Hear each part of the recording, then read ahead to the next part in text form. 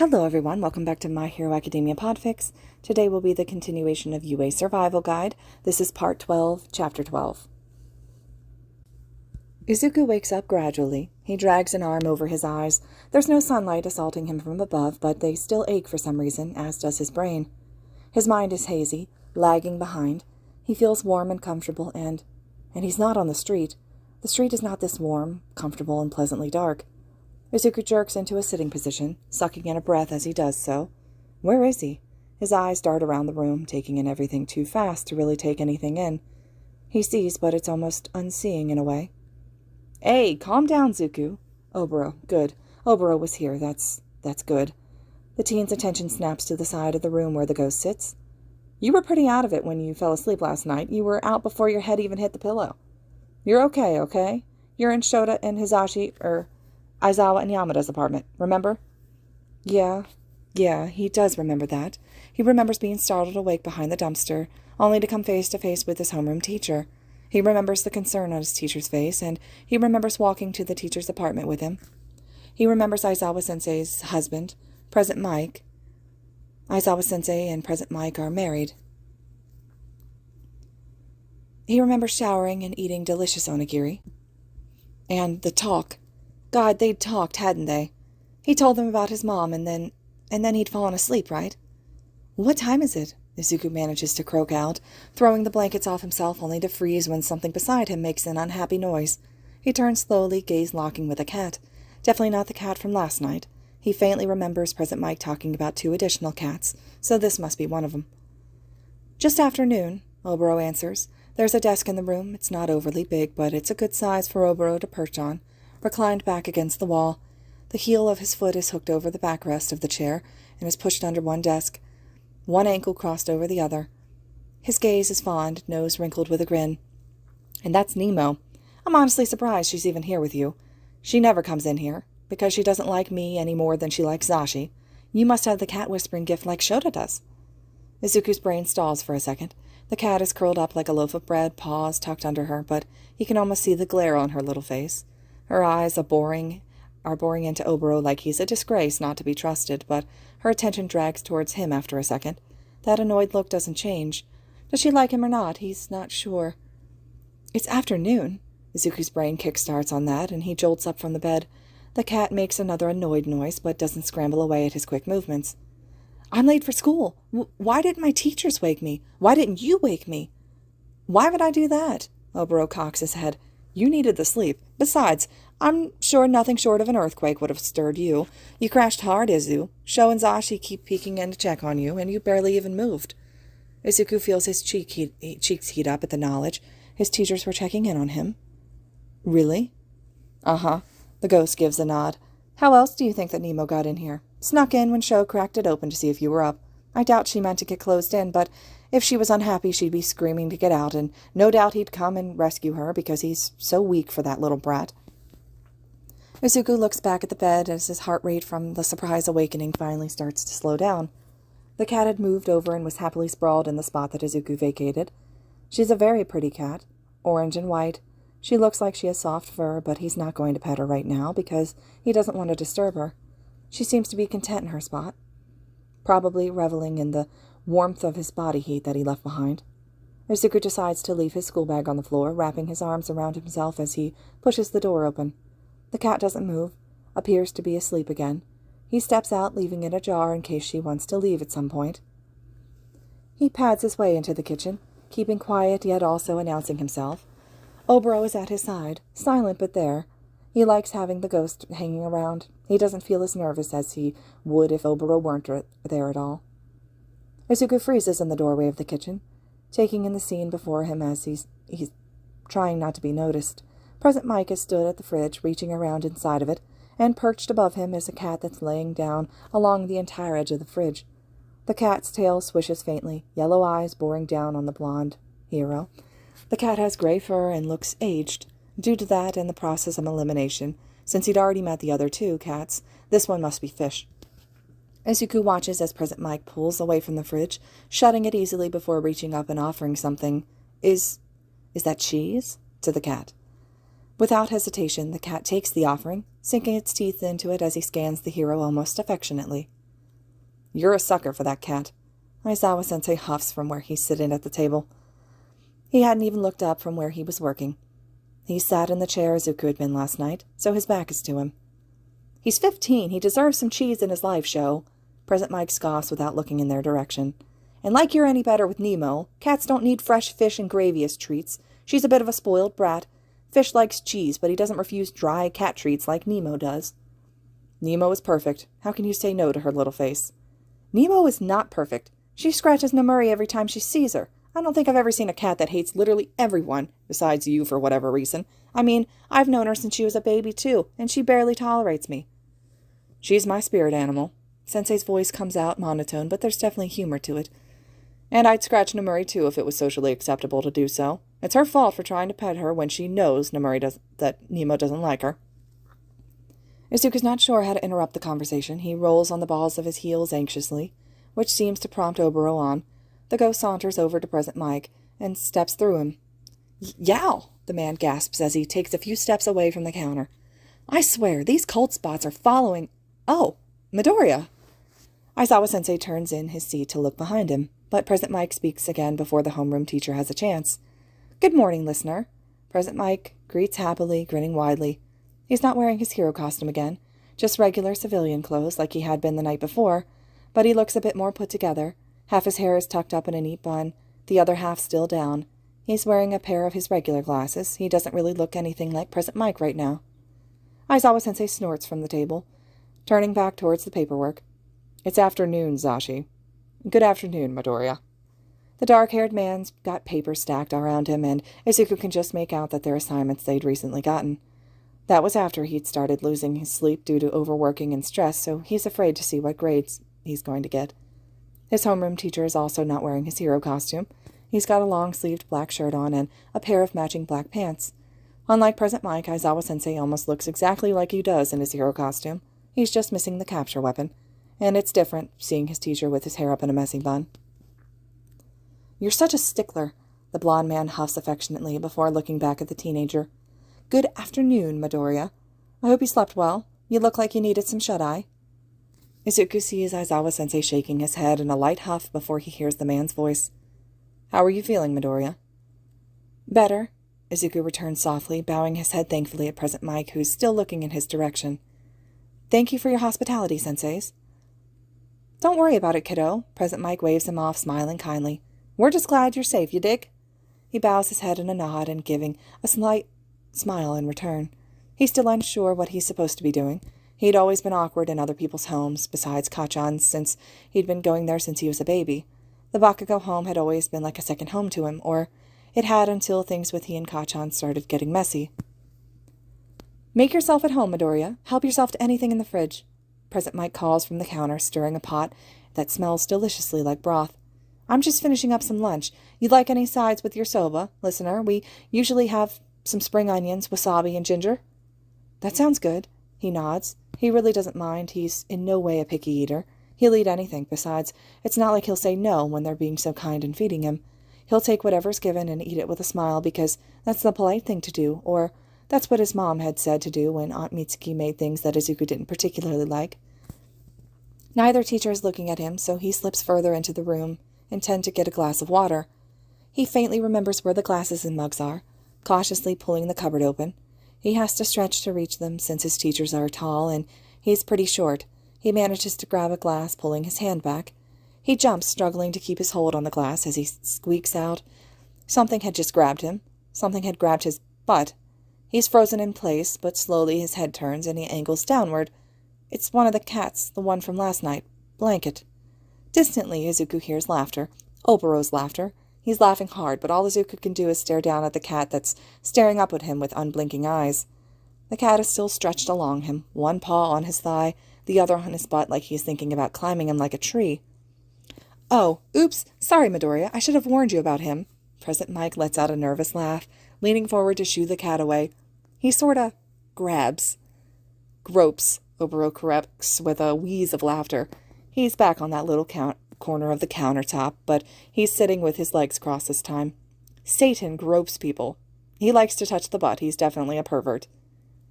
You'll get used to it, Sensei calls from the table, not even looking up from his marking. Or it'll scare the crap out of you every time he does it, Present Mike counters with a shrug. The blond man shakes his head, returning to the pot on the stovetop. Izuku blinks, glancing at the black and white cat. He's sitting off to the side now, staring directly up at Oboro.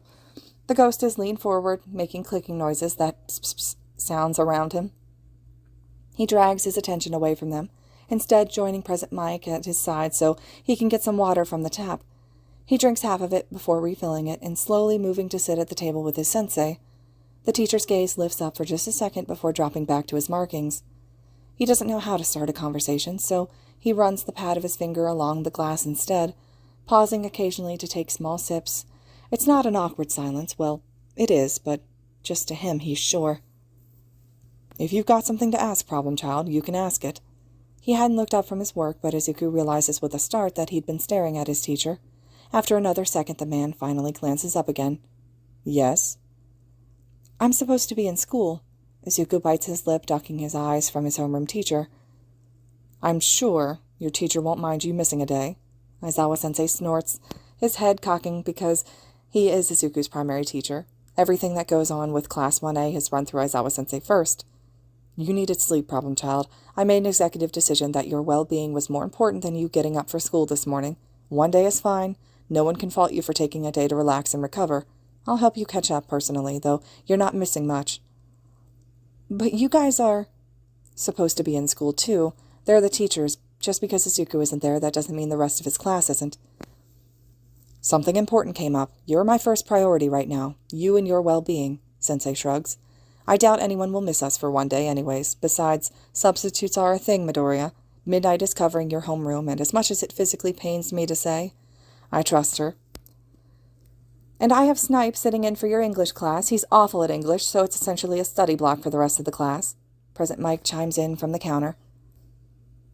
Get your paperwork off the table, Sho. Lunch is ready. With a huff, the dark-haired man stands, collecting piles of paperwork. Izuku, feeling a little useless, stands up to help, refusing to look down at what he's carrying. He doesn't want to see anyone's marks or work. Thanks, Problem Child. The man nods, patting Izuku on the head as the teen settles his own pile beside Aizawa-sensei's on the coffee table in the living room. He wants to lean into the gesture again, but he's awake enough to not do it this time. When they return to the kitchen, Present Mike already has 3 bowls of hot soba and broth settled in front of 3 chairs. Each bowl has a small side dish of wasabi, ginger, and spring onions, just as he'd mentioned earlier. There's a second glass of water on the table now, as well as a steaming mug of coffee where Aizawa-sensei had been sitting. Izuku sits down in front of the bowl next to his half-drank glass of water, and Aizawa-sensei retakes his seat as well. Present Mike is the last to sit down. The soba is just as good as the onigiri from last night. He thoroughly enjoys it, getting lost in the meal instead of the company around him. His teachers don't seem to mind, eating their own soba too. They talk back and forth a bit, casual conversation about classwork and the other teachers, but Izuku doesn't focus on it. He can't help but let his thoughts wander as he eats. He doesn't feel as awkward anymore, and it's strange because he doesn't think he should feel awkward about that. He's been sitting on a school day, during school hours, eating soba with 2 of the teachers in their apartment, when they too should be in school. He's enjoying the quiet company of his 2 teachers, and his ghost friend, while he eats. That's definitely weird, but it doesn't feel weird at all. He feels safe and comfortable. There's that teeny-tiny spark of anxiety in the back of his mind, but overall he's content here, with Aizawa-sensei and Present Mike. What's got you mumbling, Problem Child? Izuku jerks up from his thoughts. The noodle that he'd entangled with his chopsticks is slipping back into the bowl of broth with a tiny splash. Had he been mumbling? Both his teachers are looking curiously at him. Aizawa-sensei is staring, but Present Mike is just glancing over between bites of his soba. Oh, I was wondering what happens now, Sensei. He remembers asking that same question last night, to which his teacher responded that Izuku needed sleep, and he'd been right. That was a good place to start, but now he was rested and thinking straight, and he knew that this wasn't something that he could just brush under the rug. His homeroom teacher leans back in his chair thoughtfully, his hand reaching to his side. For a second Izuku was confused until he saw tiny cat ears poking over the side of the table. Fish was still watching over the kitchen top of the fridge, and Blanket was attempting to swat at Oboro's wiggling fingers, which just left Nemo, who must have come out of the room. I can't let you go back out onto the streets, his teacher admits. Morally, I can't allow that to happen. Your safety is my utmost importance, but realistically, I'd never in a million years allow one of my students to live like that when I can help them. It's unsafe, and it would be completely illogical for me to ignore this when it's clearly affected you greatly in both your personal life and your studies. I refuse to let you live in those conditions, Midoriya. It's just not going to happen. I hope you know that. Izuku gives a slow nod as he swirls a noodle in his bowl with his chopsticks. He had a suspicion that that was how this was going to go. It's not like he wants to live on the streets. It's scary and hard, and he's terrified of it, but he hadn't seen any other feasible options. You've got a couple options, his teacher explains, chopsticks abandoned on top of his bowl so he can give Izuku his full attention. The cat at his side is still swatting with claws for attention, but Sensei's elbows are on the table, and his fingers are laced together, supporting his chin. You're 15, so you get to make some choices here, and I'll stand by whatever you choose. In the eyes of the law, you're still a child, but I know for a fact that you're entirely capable.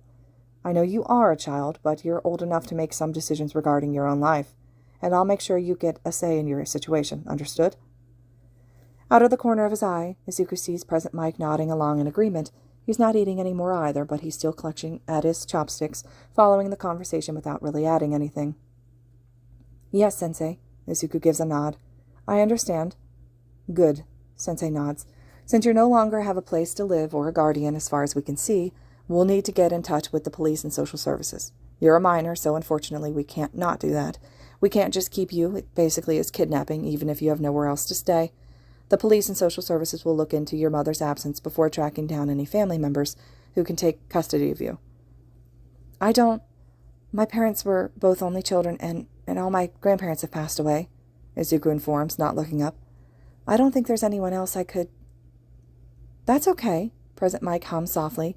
They'll check, but even if there's no one, you'll be taken care of, Izuku. Aizawa gives a stiff nod, looking between his husband and the teenager before tilting his head in Izuku's direction and continuing. If they don't find a relative willing to take you in, you'd be put into the system. Normally you'd have a very little say in this, but I'm giving you the option of where you'd like to stay, and I'll try my damnedest to make sure that it happens.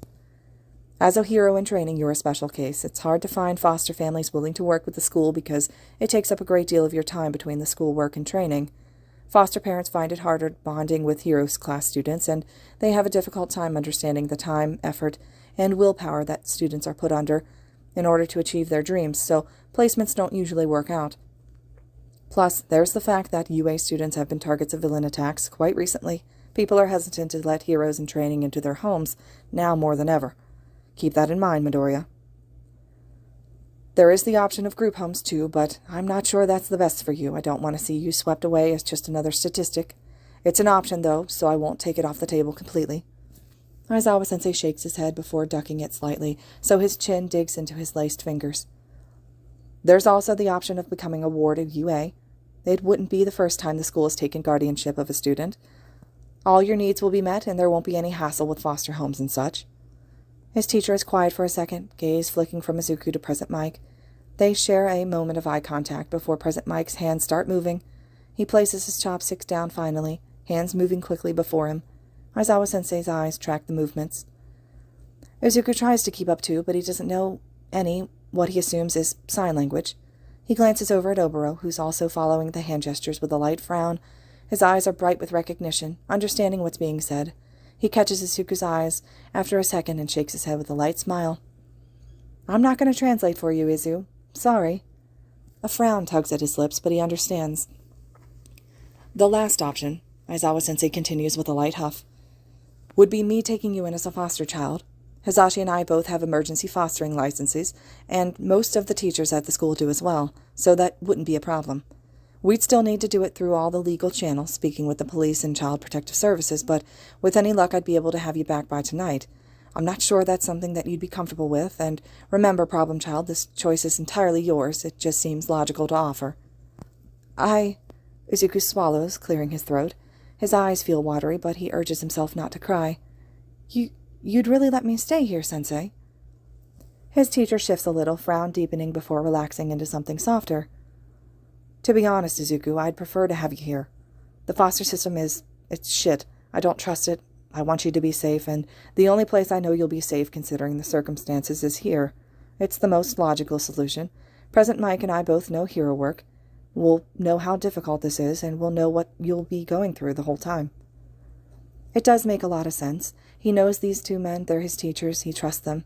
He knows Aizawa-sensei will keep him safe, and he knows Present Mike will do the same. Not only are they teachers, they're also two pro-heroes. This is quite possibly the safest place for him to be. Izuku must have been quiet for too long because Aizawa-sensei shifts slightly. He leans more intently back against his chair, and Nemo takes the opportunity to launch into his lap. "She's not supposed to be at the table, Shell," Present Mike scoffs softly. But his eyes are still flickering to Izuku. Aizawa-sensei locks eyes with the blonde hero before reaching a hand to stroke from the cat's head to the base of her tail in an act of defiance, and Izuku snorts. "Sorry," he shakes his head, unable to wipe the small smile from his lips. Both his teachers look towards him, and he fights the urge to curl in on himself under their watchful eyes. He clears his throat, glaring down at his soba before looking up at them with the confidence that he can muster. I'd really like to stay here, Sensei, if that's, if I can't, I trust you." "Then that's where you'll stay," Aizawa gives a nod. "I'm glad I have your trust, kid. I know I wasn't the best teacher at the start of the year." "You were a good teacher," Izuku promises, though by the snort that Sensei lets out, he may have winced a bit as he said the whole sentence. "You were right, Sensei, about my quirk, but maybe a bit harsh. We were all terrified." "Yeah," Present Mike nods. "He has that effect on people in general, and that whole immediate expulsion spiel makes all the first years crap their pants." "It's not a spiel if I follow through," Aizawa-sensei huffs in annoyance, stroking the top of Nemo's head gently. "Just because I didn't expel anyone this year doesn't mean I haven't before and I won't again in the future. Midoriya showed promise even with that ridiculously overpowered quirk he'd waltzed into my classroom with. You've been working well with it, kid." Izuku's sure his cheeks have washed over with a light pink blush at the praise. It means a lot coming from Aizawa-sensei. He only says it if he truly means it, and that's what Izuku had noticed in the few weeks that he'd been learning under the pro. "Thank you, Sensei." His sensei ducks his head in a nod, finally ushering the cat off his lap. "Are you finished eating, problem child? I hate to rush you on something like this, but we should start getting it all sorted out. I've got an acquaintance at the precinct that's been made aware of the situation, and he's waiting for us." Izuku feels his stomach freeze, and for a second he thinks that maybe Oboro had settled beside him. But a half a glance towards where Blanket is still, entertained by watching Oboro's foot swing back and forth where it's hanging off the edge of the counter, proves that theory is wrong. It must be his nerves. I'm not that hungry anymore." He's sure if he took another bite he might throw up, as anxiety swirls in his stomach. Present Mike regards him with a soft look, standing up and brushing his fingers through Izuku's curls. "Don't be worried, kiddo. Eraser'll be with you the whole time, you dig?" "You won't." Izuku angles his head up, catching the surprise on his teacher's face. The blonde hero freezes where he'd been reaching for Izuku's half-finished bowl of soba, other hand already holding the rim of his bowl. "I can if you want me to, listener. I was going to hang back and get some chores done, clear out some of the clutter in the guest room for you. I was also going to try and get in contact with your landlord, see if any of your belongings were still there." "Oh," Izuku breathes out, a warm feeling heating up in the nervous chill in his stomach. "No, it's okay. I just thought, I assumed it's okay, and, I doubt that he already... No, my apartment has already been cleaned out." "Your landlord kept your stuff from the dorm, Izu," Oboro tells him, finally looking up from the cat. "He's got it in a closet in his apartment. I saw it. He really likes you, you know." But Izuku lets out a nervous laugh. "Maybe he kept some of it. I'm not sure." "Well," Present Mike clicks his tongue thoughtfully. "No harm in trying, I guess. Hopefully you're right. I'd hate for you to have lost everything but your school bag." Izuku gives a little nod at that. "Why don't you go get dressed?" Aizawa-sensei suggests offhandedly as he stands, stacking all of the side plate dishes and bringing them in his own bowl to the counter. "This isn't something that'll get easier the longer you wait. It's only logical to get it sorted out now. You got clean clothes to wear, right, Midoriya?" Yeah," Izuku nods. "I do, I think." "Well, moderately clean." He stands to leave the room, making it just to the doorway when he passes at Present Mike's voice calling out to him. "Would you like me to do a load of laundry for you while you're out, listener?" Present Mike suggests without looking at him. He's at the sink now, rinsing out the bowls. "I was already planning to do a few loads of ours since it's our turn to do it, but I never usually have the time." You, Izuku swallows. "I can do it. I don't... You don't have to." Now his teacher does turn to look at him, frowning in thought. I don't mind, Izuku. I'm already doing ours. What's one more load anyways, right? If you're uncomfortable with that, though, one of us can show you how to use the washer later today. I'm not uncomfortable. Izuku shakes his head because he's not. He's not uncomfortable, he's just confused. The teen shuffles his feet in the kitchen doorway. I've always... Are you sure? No one has done his laundry but him since his mother had first taught him how to use their own washer and dryer. That had been just after she'd started working more hours.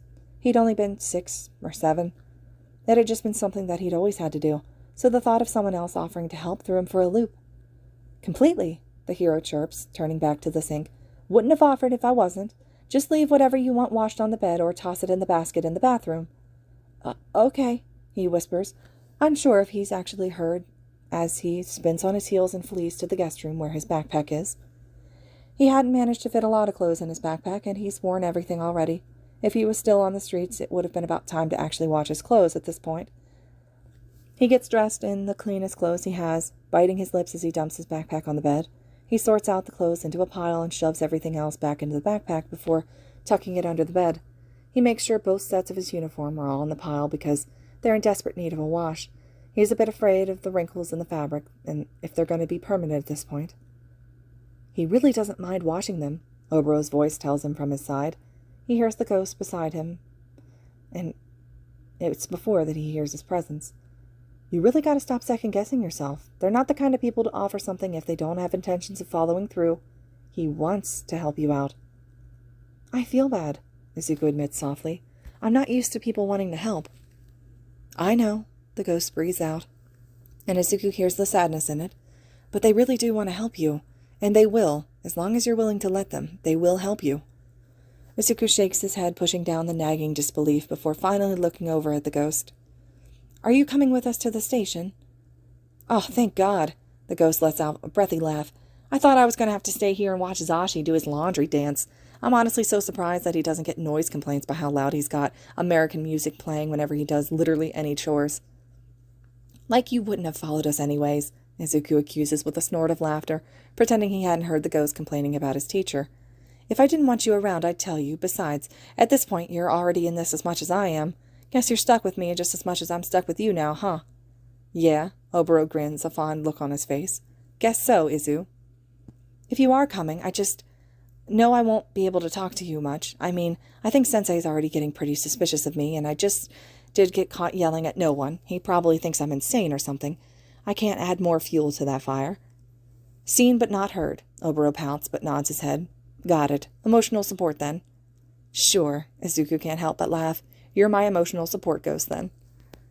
Okay, you say that sarcastically, but I literally am, the ghost laughs. Now come on, the faster that you get this over with, the better, yeah? Izuku gives a nod, watching as the ghost leaves ahead of him, content with the silent answer. Izuku lingers for just a second, shooting one last frown back at the pile of clothes before turning on his heels and leaving the room. He keeps the door cracked open because he's got no idea if there's a cat in the room or not, and he doesn't want to lock anyone inside. When Izuku finally makes it to the living room, Aizawa-sensei's reclined back against the couch, scrolling through his phone. When he angles his head just right, he can see Present Mike stood at the kitchen sink, probably washing the dishes. He feels bad that he's eaten 2 meals with them thus far, and hadn't offered to help tidy up either. He will later, the next meal. Ready, Midoriya. Izuku jolts in surprise, turning his head to see his homeroom teacher watching him. He gives a nod. It's pretty unconvincing if the way Aizawa-sensei's frown deepens slightly. The dark-haired man sighs as he pushes himself up off the couch. I promise, nothing's going to happen, Izuku. I'll be with you every step of the way. It's rational to be nervous. Just remember you're not fighting this alone anymore. Aizawa-sensei's hand clasps over his shoulder, giving a light, comforting squeeze as he walks past. The touch is gone as fast as it appeared, but it had done as intended. He's not calmed down by any means, but it had comforted him. He believes his teacher, but he's still nervous. It's a lot. The teen turns to trail off as his teacher, pausing at the door, to pull on his own shoes just as his sensei is doing. When they both have their shoes on, Aizawa-sensei regards Izuku for a second before turning to face the apartment. We're leaving, Zashi, Aizawa-sensei calls gruffly into the apartment. We'll be back later. "'Kay, good luck," is the chirped reply, barely heard over the sound of the kitchen tap running. Obero arrives just as Aizawa-sensei turns back to the door, pulling it over and ushering Izuku out. The ghost joins him at his side, Falling into step on the side opposite to Aizawa-sensei, Izuku is sandwiched in between them, but he feels safe there for some reason. "We're taking the car," Aizawa-sensei tells them as they walk down the hall together. "The precinct isn't too far, but it'll be easier and faster than walking." "Okay," Izuku hums because he's not going to complain. He's quiet on the car ride. Aizawa-sensei is letting Izuku sit in the passenger seat, and Oboro pouts as he clambers into the back, flopping against the seat with a playful protest of, "I'm older than you. Why am I in the back seat? What, just because I'm not actually here, because I'm a ghost, I lose front seat privileges?" Izuku has to turn out the window to hide his smile. It doesn't take long to arrive at the police station. Aizawa-sensei parks in a visitor's parking lot. Getting out of the car without a word, he pauses, glancing back at Izuku before shutting his car door, which spurs the teenager on. He's quick to undo his seatbelt and stumble out of the car after his sensei. Oboro follows suit, hands tucked in his pockets as he follows at Izuku's side. The police station is bursting with life. There's a couple of villains and low-level thugs in cuffs waiting to be processed. And officers are working at their desks, attention spread between their work and keeping an eye on the criminals. Aizawa-sensei doesn't pause in his steps, and Izuku has to hurry along to keep up and not lose his teacher. Aizawa-sensei seems familiar with the police station, but he probably shouldn't find that surprising considering he's underground. He probably works closely with them. If mainstream pro heroes do, then underground heroes certainly do. Izuku follows closely on his teacher's heels, and Oboro keeps close to Izuku, a permanent chill that's following him along. He's gotten used to Oboro's cold presence. It hardly even bothers him anymore. It's almost comforting at this point. Aizawa-sensei stops in front of an office, and Izuku almost runs into his back. He manages to freeze just before running into his teacher, prompting a snort of laughter from the ghost who'd watched but hadn't warned him. Thankfully, Aizawa-sensei doesn't seem to notice him, almost running into his back, nor the fact that Izuku glares back behind himself. "Ready, kid?" the man finally asks, his hand raised with a bent finger as its joints are posed to knock on the door. Izuku nods silently, and the man nods in return, tapping his pointer finger joint against the door. It's not long until a voice is heard inviting them in, and Aizawa-sensei doesn't waste a second before pulling the door open and ushering Izuku in first. The man sitting behind the desk scans the two of them. First Aizawa-sensei, where the man's lip quirks up faintly. "Aizawa," he greets kindly before looking towards Izuku, where he studies him a little closer, almost thoughtfully. Izuku stares right back. This man looks familiar. He's wearing a white dress shirt and a blue tie. He looks familiar, but he can't figure out why. "Tsukuuchi," Sensei greets in return, slinking further into the room. "This is Midoriya Izuku, the kid I was talking about. Midoriya, this is Detective Tsukuuchi Naomasa. He's going to help sort out this foster case with the situation and your mother." "Midoriya Izuku?" The detective cocks his head before his eyes light up with understanding. "Oh, you're All Might's kid, aren't you? We met after the USJ attack, remember?" Oh, yes, he does remember that. He remembers the detective coming in, All Might being glad to see him, another person who knew about his weak informed, a friend of All Might's. "All Might's kid?" Aizawa-sensei's voice goes characteristically stern at that, and Izuku tenses at his side. Oh no. Aizawa-sensei didn't know that All Might was his mentor, that he and All Might had gotten close due to One for All. This could go very, very bad. "You're mistaken, Tsukuchi. This is my kid from my class. Why would Midoriya be that blonde idiot's kid?" The detective blinks, eyes casting from Izuku to Aizawa-sensei. "Right." The detective nods slowly, a sheepish, toothy smile lifting to his face. "I misspoke. I met the kid with All Might in Recovery Girl's office after the USJ. He found out about All Might's little problem, so I just... You're right. Sorry, Aizawa. Nice to meet you again, Midoriya." "Likewise," Izuku forces out. He's certain his voice comes out breathy, and Sensei might even hear the fear in his tone if the thoughtful glance shot at him as anything to go by. "You know about All Might's time limit?" Sensei asks slowly, one eyebrow arched in question.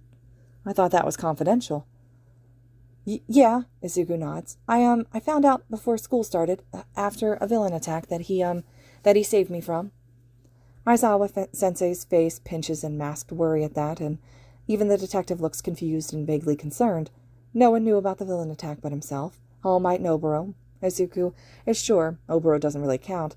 Maybe it's a mistake talking about it, but the last thing he needs right now is to be caught in a lie by Aizawa-sensei. There's a tense moment of silence, but thankfully the detective decides to break it. "So, I've got a social worker on the way to be a part of the conversation. It's pretty basic stuff, an interview with the kid. I'll ask some questions, and so will his social worker. She'll have some requirements for you regarding the kid, probably a doctor's visit for Midoriya, since it's neglect we're looking at, and he did spend some time living on the street. There'll probably be a couple of home visits and check-ins, but she'll explain all this better than I can. The detective pauses, taking a second to contemplate like he's running through a mental checklist of points that he needs to bring up. Since he wants to stay with you, and you're a licensed foster parent, even if it's just for emergency placements, I'll look into your license, make sure everything's up to date for long-term fostering and all that, so that we aren't looking at any problems in the future. And if it all goes well, we'll have Midoriya leaving with you by the end of this. Right. Sensei turns away from Izuku to nod at the detective. His teacher carries on, moving into the room, collapsing into one of the chairs opposite the detective's on the other side of the desk. Izuku follows suit awkwardly, sitting in carefully into the chair next to his teacher. While we wait, though, maybe you could tell me a bit about your mother. Why? Izuku stutters out, glancing at his teacher despite the question being aimed at the detective. Kid. Aizawa-sensei turns a bit to consider him thoughtfully, voice softening from the hardness that he'd addressed the detective with. What your mother did to you was against the law. Not only that, but she abandoned you. She's been neglecting you for years. She didn't neglect me. Izuku shakes his head, fiddling with his fingers. He couldn't argue the abandonment, but he could the neglect. I told you, Sensei, I was taken care of. I ate and had a roof over my head. My clothes always fit, and I had toys and stuff growing up. But she wasn't around, his teacher summarizes, knowing from the night before. That's still neglect, Izuku. Psychological and emotional neglect are just as real as physical. She was working to provide, Izuku whispers out. Despite the clawing of the truth in his stomach, he knew she wasn't around, and sure, it was because she was working to provide, but she also didn't want to be around him either. He knew that. He wasn't an idiot, so he could put two and two together even if it hurt to do so. That doesn't excuse her actions. His teacher shakes his head. You're still a child, Izuku. The whole world shouldn't be falling onto your shoulders, and I'm sorry it has been. What your mother did, leaving the way she did, she should be punished for that. She should face the consequences for her actions, for how her actions have affected you. He doesn't like the sound of that. He loves his mom. She'd taken care of him through everything, his special ability and his quirklessness. His father had jumped ship as soon as he had started getting hard, but she had decided to stay. She provided for him. He never went without, and he was always taken care of. That's what moms do, right? What kind of consequences? Izuku asks, attention now angling back to the detective, who'd been silently watching them. He looks almost surprised to be addressed, clearing his throat. Well, fines or possibly jail time. It depends on the severity of the neglect, but abandonment is pretty urgent. Plus, there's the fact that due to her leaving, as she did, you lost your home and ended up on the streets, which is child endangerment as well. Anything could have happened out there, Midoriya. The detective bites his lip, looking briefly at Aizawa, before focusing back on Izuku. When your social worker arrives, we'll talk more about that. Neither I or Aizawa have a good handle on the cases like yours. For now, we'll try to focus on finding your mother. Izuku nods hesitantly. So you have no idea where she could have gone? No, Izuku sighs out. I called her work, and they said that she resigned a few weeks prior to our landlord telling me that our rent was overdue. Izuku swallows, feeling his cheeks heat up as he tugs on a loose thread of his jeans. I hadn't seen her since before school started. She could be... We don't have any living family. And I doubt her closest friend even knows what's going on. Or, if she does, she hadn't mentioned it. Does this close friend have a name? It would be useful trying to locate your mother. Any leads might help. Bakugo, Izuku huffs out under his breath. He can feel Aizawa-sensei's eyes snap in his direction. Bakugo Mitsuki. I practically grew up with them. Kachan, her son, Katsuki, and I were best friends until... He let his voice fade off, glancing at Aizawa-sensei. The man gives a slow, understanding nod because he does know about the falling out due to Izuku's quirklessness. Anyways, we drifted apart, I guess. I haven't seen her in, well, probably a couple of years now. Kachan and I don't talk anymore, and I don't know if she and my mother are even friends now. The detective nods, writes something down in a notepad that he pulls from the corner of his desk. And your father, where is he in all this? Izuku tenses up, glaring down at his lap. He left when I was 5. My mom said he moved to America when I asked, but I don't know if that was legit or her just trying to get me to stop asking questions. His name is Midoriya Hisashi. Okay, the detective gives a nod, writing that down as well. Thank you. Now, do you have any idea why your mother would have left you, Midoriya? Yes, he thinks. No, he says. The detective looks up, blinking at the teen. He studies him for a second, a frown tugging at his lips. That's a lie. The detective seems just as surprised by his own words as Izuku, and a hand lifting to rub the back of his neck sheepishly. Sorry about that. Lie? Izuku jerks up. What? My quirk, the detective informs regretfully, smiling apologetically between the teen and his teacher. I'm sorry, kid.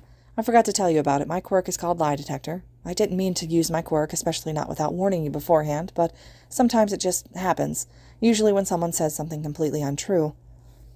So it's involuntary, Izuku asks slowly, heart pounding in his chest at being caught in a lie, but his interest is piqued because that's a cool quirk. He feels Aizawa-sensei's eyes on him, but refuses to look away from the detective. He doesn't want to know what his teacher's thinking. Sorta, the detective gives a light smile. It's only involuntary when it's a blatant lie.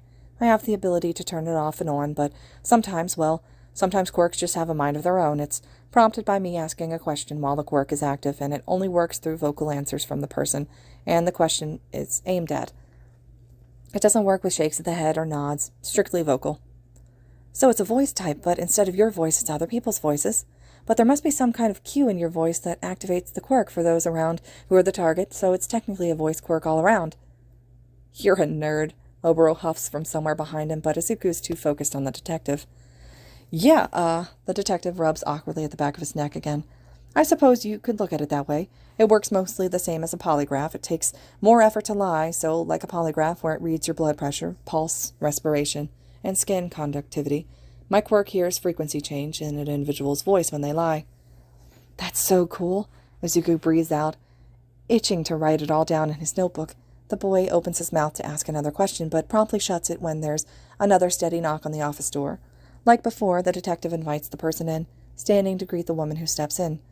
She's an older lady, maybe mid to late 40s. She smiles kindly, greeting the detective with a handshake. She is clutching a few file folders to her chest with her other hand. Aizawa, Midoriya, this is Miura. She's one of the social workers from Child Protective Services who works close contact with the police. Miura-san, this is Aizawa Shota, pro hero, Eraserhead, and Midoriya Izuku. Hello, the woman smiles, gaze casting over Aizawa-sensei before dropping to where Izuku had almost sunken into his chair. Her gaze lingers, but she smiles widely in greeting. It's a long, boring process. From there, the four of them, and the ghost, move into an interrogation room where Izuku feels like he's suffocating under the questions. They're kind, surprisingly so. He's not used to adults being so cautious and kind to him, but then again, they probably think he's a damaged, trauma-ridden kid, and, well, he doesn't really know where he stands. He still feels pretty numb, and he knows at some point that all of this will start to feel real, and he's not sure what he's going to do then. The woman, incredibly kind and soft-spoken, talks to him through the entire process. She dug into his family tree before leaving the social services office, and hadn't found any living relatives besides his mother and father, but their whereabouts were unknown. She's regretful as she tells him, voice lowering to a gentle tone as if he'll completely break down, but honestly he'd expected that much. If she's surprised by his indifference, she doesn't say anything. She asks a lot of questions, some seeming out of place, like, how was he liking school, while others were geared toward the situation. How long were you on the street before being found by Aizawa-san? She asks him about Aizawa-sensei, how he's treating him, about his husband, their apartment, the room he's staying in. She asks if he feels safe there, and even goes so far as to ask about how he feels about the cats that Present Mike and Aizawa-sensei have. It seems odd, overly personal, but he answers honestly. He doesn't have a single negative thing to say about any of it. In fact, he takes that time and expresses his gratitude and how thankful he is that they're willing to take him in, knowing his cheeks light up in a nervous flush as his sensei's expression softens. Izuku thinks that she's trying to get a feel for him, gauge his personality, and pick him apart before saying anything that's going to happen. She's probably also observing Aizawa-sensei, who hardly moves, gaze flickering between the teenager and the social worker, in interest. He wishes her good luck if she's trying to read him as well. For the most part, the detective and his teacher just watch on, listening to the conversation, absorbing it, without adding anything, until the woman's attention is turned on to Aizawa. As the detective had said, the woman does have guidelines for his teacher to follow. The teacher just nods along with everything she spouts out, almost like he'd expected it. It's a long list of requirements that needs to be met before she'll sign off on a permanent placement. Izuku's surprised by how much is going into this, but no one seems to be upset. The woman talks about home visits, where the residents will be expected to make sure that it's a suitable place for him to live and grow. There will be more in-depth interviews between Aizawa-sensei and Present Mike, but Aizawa-sensei assures that they'll jump through whatever hoops that she has if it means that Izuku can stay with them for the long run. Izuku's almost surprised by the stern demand that he's seen by a medical doctor. She worries openly of fears and malnutrition from his time he was living alone in the apartment. She knows that he hadn't eaten a lot. He knows that as well, but he's been homeless, even if it's just for a short time. She fusses good-naturedly, and Aizawa-sensei nods in total agreement. We have plans to already, the man assures without glancing at Izuku. Recovery girl, Yuei's nurse, will be doing a full physical. We share the same concerns. I also have him seeing our school guidance counselor 2 days a week already. Good, the woman hums, pleased with that. In the end, she decides she'll approve of the fostering, but just for a 2-week trial. At the end of 2 weeks, she'll decide whether Izuku is better off staying with his teachers permanently until the case of his mother is sorted out, or whether he'll be better off somewhere else. And the thought of being forced to leave almost sends him into a panic. The only thing that drags him out of the attack is his teacher's knee pressing against his under the table, grounding him back to the real world. Everything seems to be mellowing out. Everyone noticed, but no one mentions it, thankfully. The teen sits quietly as his teacher signs off on more temporary foster paperwork.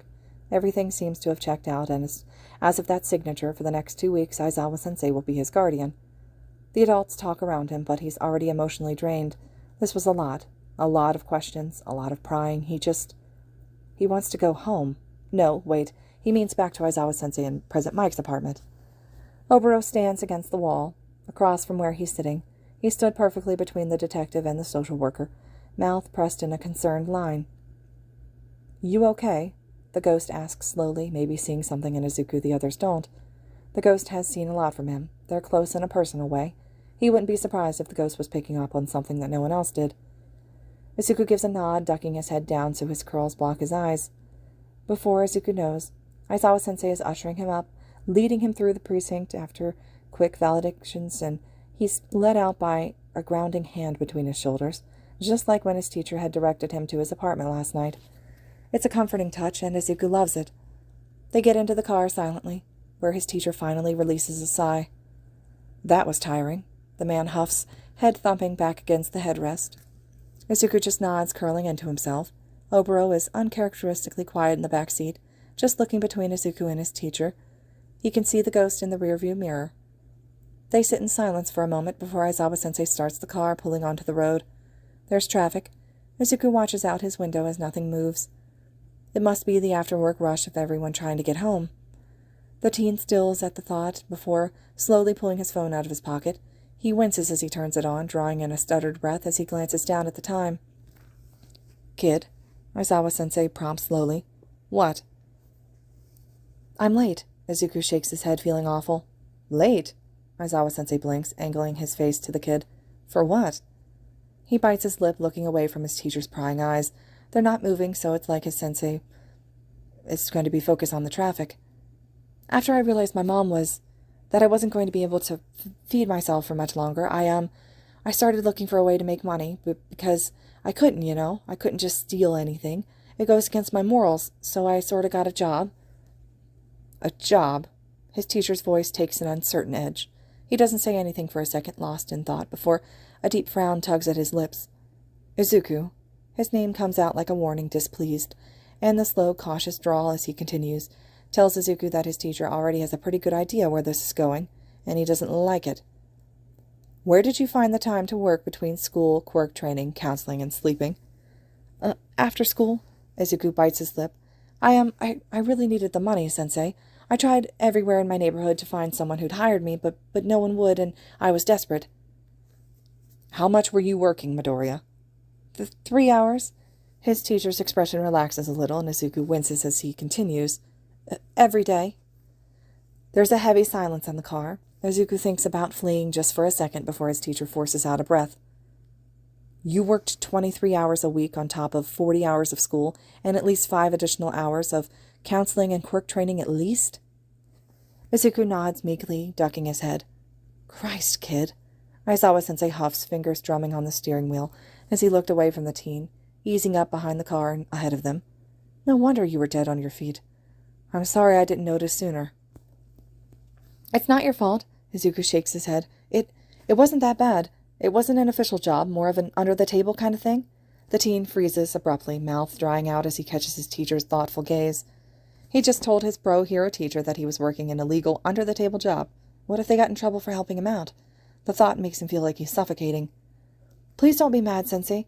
They were just trying to help me, and they were so kind, and I did the work, and they paid me for the work. We didn't do anything bad. Just, you can't let them get in trouble, please. I didn't mean to. Izuku. His teacher's hand is on his knee, and when had it gotten there? Sensei's hand squeezes lightly, as if he can tell Izuku's gaze is locked on it. Take a breath, all right? You're not in trouble, and they're not in trouble, okay? Just breathe before you pass out. He sucks in a breath, his teacher's gruff praise going in one ear and out the other as he tries to calm down. Obero's hand is by his shoulder, snaked in between the side of the car and the headrest. He's not touching, but Izuku can feel the chill as he hovers as emotional support. His soft, soothing words are equally as unhelpful as Sensei's. He can only focus on sucking in oxygen, not on the words. Good, problem child. Sensei hums out calmly. You're fine. It's okay. He takes another breath, then another before he finally nods. It's slow and shaky, his hands wringing together before interlocking and dropping into his lap. He draws in a few more huffs of air before finally glancing at his teacher. You good, kid? Yeah. The teen nods stiffly, his voice is shaky. I'm sorry, they really helped me out, and now I'm late for my shift, and I ratted them out, and you're a pro-hero. I just told you that we were doing all that, and it's illegal for them to, but I asked for help, and they gave it to me. No one's in trouble, his teacher firmly repeats. I promise, kid, I'm not going to do anything. Maybe it's illegal, but all I see is someone helping out a kid in need, someone helping out one of my kids.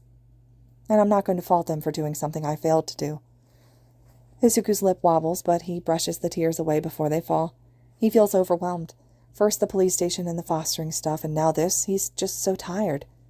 You didn't fail. I did. The man disagrees with a glance over. I failed you, Midoriya. I should have done more the second I realized something was off. That's on me, but I won't let it happen again. There's a pause. Traffic moves a bit before freezing up again. His teacher drums a single finger against the steering wheel opposite his palm before his chin is supported, his elbow braced on the edge of the car door as he drives. Izuku's not sure what else to say, and the ghost in the back seat is just as quiet. It's Aizawa-sensei who breaks the silence, casting a cautious look over at him. He hardly lingers for a second before his eyes are back on the road. Now, where was it you worked? We should stop in so they aren't worried. Izuku wants to protest. He wants to not let the pro-hero anywhere near the kind family who'd helped him, even if they'd done it legally or illegally. They'd helped him when he was desperate, and he'd protect them now. But at the same time, there's that deep-seated trust in his teacher after just over a month of knowing him. He trusts Aizawa-sensei, and he really does want to apologize for missing his shift. So he cracks and he spills the location. Izuku walks into the small cafe with his teacher a step behind him. It's bustling with life. All 6 tables are filled with chatting patrons, and the service line 4 people deep. He'd been on his last hour of work, and he arrived on time, and the guilt nags in his chest. Izuku! The woman who'd hired him, the old woman who paid him and kept an eye on him, greets, relief in her eyes. Thank goodness, we were worried when you didn't come in. Thought something happened to you. I'm okay, the teen smiles softly, moving through the crowds to join her at the side of the counter where all the coffee machines are. I'm sorry I couldn't come in. Don't worry about it, Izuku, she tells him, a soft smile shot in his direction, as she carries on with work. It's almost like magic how she can work the machine, turning out perfect drinks. You know this was never a set schedule thing. You're just extra hands for us. Sorry, as long as you're okay, I'm perfectly happy. She hands over a cappuccino to a man that's waiting before turning back to the teen, finally noticing the grouchy-looking man stood behind him, hands tucked in his pockets. Her eyebrow arches as she blinks at him. Who's your friend, dear? One of the other family members, a young man, ushers the woman out from behind the counter. Taking over for her, she pauses beside Izuku, eyeing his teacher thoughtfully. Aizawa-sensei doesn't waver under her stare, just returns it with respect. Oh, the teen looks back. This is Aizawa-sensei, one of my teachers. I'll be staying with him for a while. Oh, the woman breathes out, pausing in what she's doing. She regards them both carefully before nodding. That's good to hear, Izuku. We were starting to get worried about your situation. You're looking more rested now, though. I'm glad you've got somewhere to be. I guess that means that we probably won't be seeing you every day now, huh? Izuku shakes his head with a smile. I have to focus on my schoolwork if I'm going to be a pro hero like All Might and my sensei. Thank you for helping me out. He ducks into a low bow, feeling the woman's hand ruffle his hair after just a second of his head being angled downwards. He perks back up with her hand, returning her smile. Well, if the hero thing doesn't work out for you, you've always got a job here. An official job whenever you want it. But you can still come in and help out whenever you feel like it. We won't say no to extra hands. Thank you. Izuku grins. It means a lot, even if it's an empty offer. The woman nods before turning towards Sensei, who'd been quiet. You take care of this boy, you hear? Of course. Sensei nods. There's a second where Izuku thinks his teacher's going to lead him out again, but to his surprise, the man is arching forward into a bow much like Izuku's. The teen jumps, stumbling backwards. He thinks he might squeak out his teacher's name, but he can't be sure. At his side, the old woman blinks in confusion, glancing uncertainly at Izuku before looking back at the hero, eyeing him. Thank you, Aizawa-sensei says honestly, still bent over in the bow, for taking care of my student where I failed. There's a second of stunned silence. Izuku feels his cheeks heat up, where there's something so heartening about the scene, about what Aizawa-sensei had just done, was currently doing for him. He'd never pegged Aizawa-sensei as someone who would bow so easily, and certainly not someone that he'd met unprompted. There was no validation to this. He wasn't putting on a show for someone. He was simply showing respect and gratitude. Gratitude to a woman he'd just met, simply because she'd been kind to Izuku, had looked after him and taken care of him some at his lowest. It makes Izuku's inside feel like mush. No more than half an hour ago, Izuku had been terrified that Sensei was going to have them arrested for working out a side deal with him, but now his teacher was here showing a bow respectively, with nothing but thanks on his lips. None of that, the woman huffs with a shake of her head. Her fingertips hook under Aizawa-sensei's shoulder, pushing him up, when he easily complies. Up, up. We would have helped Izuku either way. He's a bright, hard-working boy. He did more for me than I did for him. The woman shoots Izuku a fond look, before catching Aizawa-sensei's eyes again. Now, I doubt you're here to work, so was there anything I could get you before you off again? Busy hero schedules and all that, right? Aizawa-sensei ordered a black coffee for himself, a hot chocolate for Izuku, and a matcha tea for Present Mike. This was followed up by the old woman slipping Izuku a paper bag of baked goods with a light smile. You remember us when you're a famous hero, okay? Come visit every once in a while, too. Izuku promises to do just that under his breath. He feels lighter than he had in weeks. Everything was getting sorted out one by one, and it was like a weight after weight was being lifted from his shoulders. Come on, kid, Aizawa-sensei called, completely unaware or maybe feigning ignorance for Izuku's sake as he balanced his 3 to-go cups, stood by the door. Zashi's waiting. Izuku follows after him, throwing a wave over his shoulder before taking his cup from his sensei. Thank you, Izuku whispers over the rim of his to-go cup, barely audible. Sensei somehow hears it, though, head ducking in a hardly noticeable nod. Izuku's not entirely sure what he's really thinking, but he knows the man deserves it. First, I get stuck in the back seat, and then I don't get a hot chocolate? Izuku hides a smile from behind his cup as he takes a sip, settling into the car seat. Oboro had decided to stay in the car, considering how crowded the cafe was. He didn't want to be phasing through people at every step. Man, being a ghost blows. I don't recommend death, Izu. Avoid it, all right? Despite his words, the ghost flashes a wide grin, clearly pleased at getting a positive reaction. Ready to head home, problem child? Izuku nods, smile softening as he watches his teacher chug his coffee while simultaneously trying to slot present mics into the cup holder. This concludes Yuuei Survival Guides, Chapter 12. I'll be back with Chapter 13 for you guys. And as always, thank you all so much for listening.